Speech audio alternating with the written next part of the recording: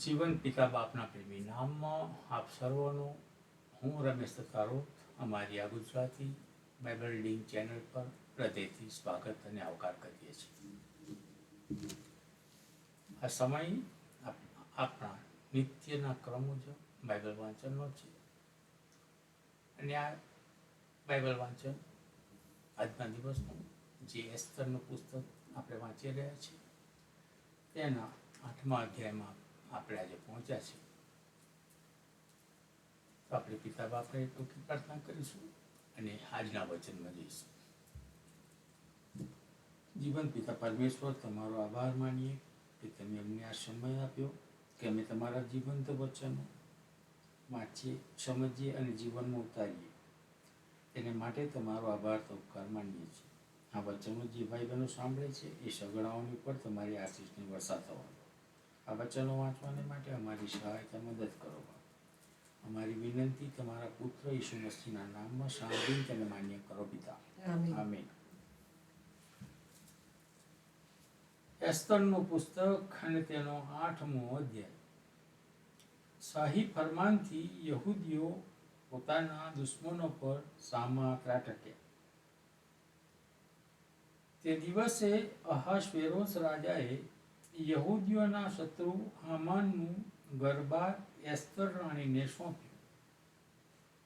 મોર્દખાઈ રાજાની હજુરમાં આવ્યો, કેમ કે તે પોતાનો સગો થતો હતો તે એસ્તરે રાજાને જાહેર કર્યું હતું.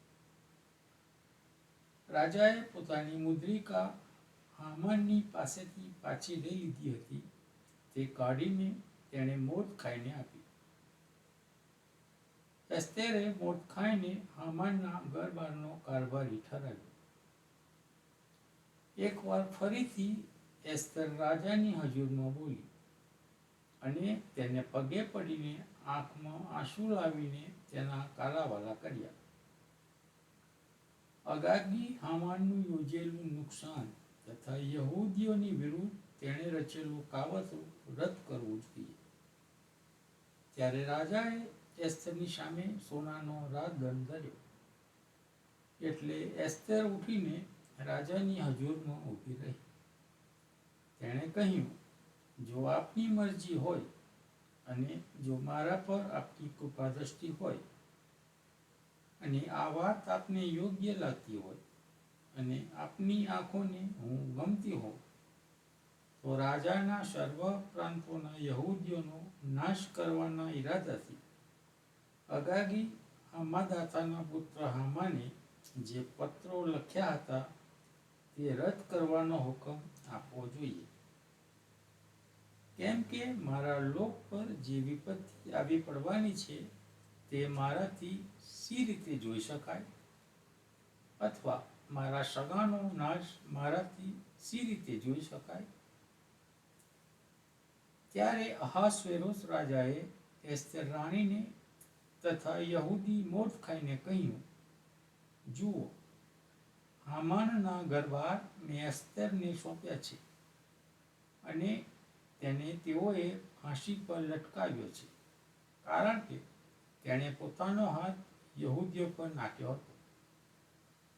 તમને યોગ્ય લાગે તે પ્રમાણે તમે યહૂદીઓ પર રાજાના નામથી લખાણ કરો અને રાજાની મુદ્રિકાથી તે મુદ્રિત કરો. કેમ કે રાજાના નામથી લખાયેલો તથા રાજાની મુદ્રિકાથી મુદ્રિત થયેલો લેખ કોઈથી રદ થતો નથી. તે સમયે ત્રીજા માસની એટલે શિવાન માસની 23મી તારીખે રાજાના ચીટનીસોને બોલાવવામાં આવ્યા. મોર્દખાઈની સર્વ આજ્ઞા પ્રમાણે યહૂદીઓ ઉપર તથા હિંદથી તે કુશ સુધીના 127 પ્રાંતોના અમલદારો, સુબાઓ તથા સરદારો ઉપર જુદા જુદા પ્રાંતોમાં તેમની જુદી જુદી લિપિમાં તથા જુદા જુદા લોકો પર તેમની જુદી જુદી ભાષાઓમાં તથા યહૂદીઓ પર તેઓની લિપિમાં તથા તેઓની ભાષામાં હુકમ લખવામાં આવ્યો. મોર્દખાઈએ અહાશ્વેરોસ રાજાના નામથી લખીને રાજાની મુદ્રિકાથી એ મુદ્રિત કરીને ઘોડે સવાર સંદેશિયાઓની એટલે રાજાના કામમાં વપરાતા તથા રાજાની અશ્વશાળાની પેદાશના જલ્લદ ઘોડા પર બેઠેલા સવારોની મારફતે પત્રો રવાના કર્યા. તેમાં રાજાએ પ્રત્યેક નગરના યહૂદીઓને એવી પરવાનગી આપી હતી કે તેઓ એકત્ર થઈને પોતાના જીવના રક્ષણને માટે એટલે સુધી સામા થાય કે જે લોક તથા પ્રાંત તેઓ પર હુમલો કરે તેના સર્વ બળનો, તેઓના બાળકોનો તથા સ્ત્રીઓનો વિનાશ કરે, તેમને મારી નાખે તથા નષ્ટ કરે અને તેઓને લૂંટી લે. તે છૂટ અહાસ્વેરોસ રાજાના સર્વ પ્રાંતોમાં એક જ દિવસે એટલે 12મો માસ, જે અદાર માસ છે, તેની 13મીએ આપવામાં આવી. એ હુકમ સર્વ પ્રાંતોમાં જાહેર કરવામાં આવે એટલા માટે એની એક નકલ બધી પ્રજાઓમાં મોકલવામાં આવી. તે જ દિવસે યહૂદીઓએ પોતાના શત્રુઓ પર વેર વાળવાને તૈયાર રહેવાનું હતું. એમ સરકારી કામમાં વપરાતા જલ્લદ ઘોડાઓ પર સવાર થયેલા સંદેશિયાઓને રાજાની આજ્ઞાથી તાકીદ કરવામાં આવી હતી. તેઓ ચાલી નીકળ્યા અને તે હુકમ સુસાના મહેલમાં પ્રગટ કરવામાં આવ્યો. મોર્દખાય આસમાની તથા સફેદ રાજપોશાક ને સોનાનો મોટો મુગટ અને બારીક શણનો તથા જાંબુડિયો જામો પહેરીને રાજાની હજૂરમાંથી નીકળ્યો અને સુસાનગરમાં હર્ષનો પોકાર થઈ રહ્યો.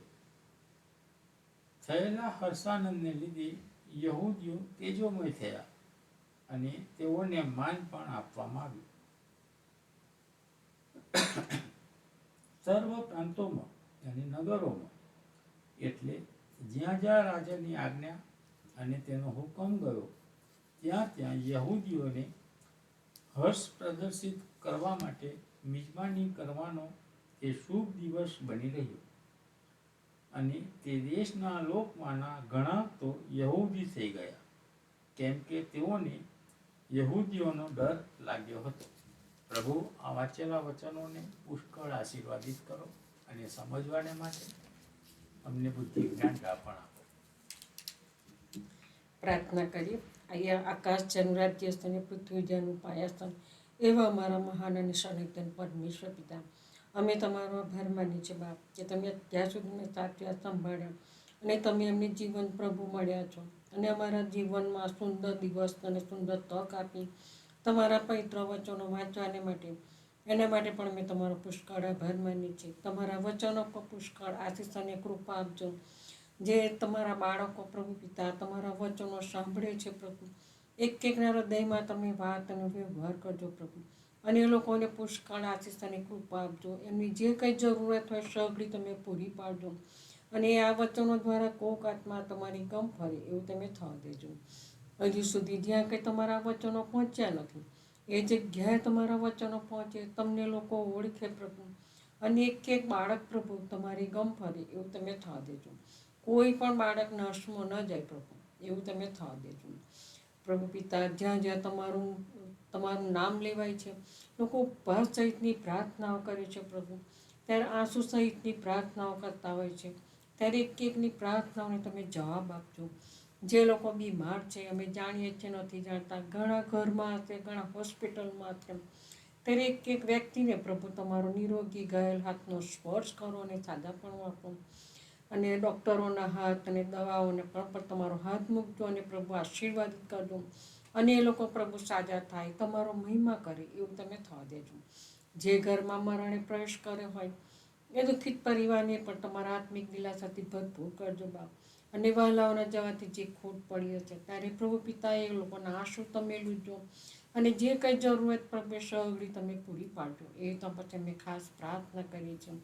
એવા લોકો છે પ્રભુ કે જેઓને ઘર બહાર વગરના છે, નોકરીઓ નથી પ્રભુ, ત્યારે અમે એવા બાળકો માટે માંગીએ છીએ પ્રભુ કે જે તમારા બાળકો છે, ત્યારે એ બાળકોની પ્રભુ સર્વ જરૂરિયાત તમારા ખુદ ભંડારમાંથી પૂરી પાડજો અને પ્રભુ પિતા એ લોકોને આશીર્વાદથી ભરપૂર કરજો. અમારા અમેરિકા દેશને અને અમારા રાજનેતાઓને પણ તમારા હાથમાં સોંપીએ છીએ પ્રભુ, કે તમે પુષ્કળ આશીષ અને કૃપા આપો. અને જે જવાબદારી એમના સિર પર છે ત્યારે એ જવાબદારી અદા કરવાની પ્રભુ તમે તેઓને જ્ઞાન, બુદ્ધિ અને ડાપણથી ભરજો. અમે તમારા હાથોમાં સોંપાય છે. અમારા પાપ, ગુના, પ્રદાની ક્ષમા કરજો. જે કંઈ માગ્યું તમારા દીકરા ઈસુ ખ્રિસ્ત નાઝારીના નામથી માગીએ છીએ. સાંભળો અને સ્વીકાર કરજો. આમેન. આમેન. આમેન.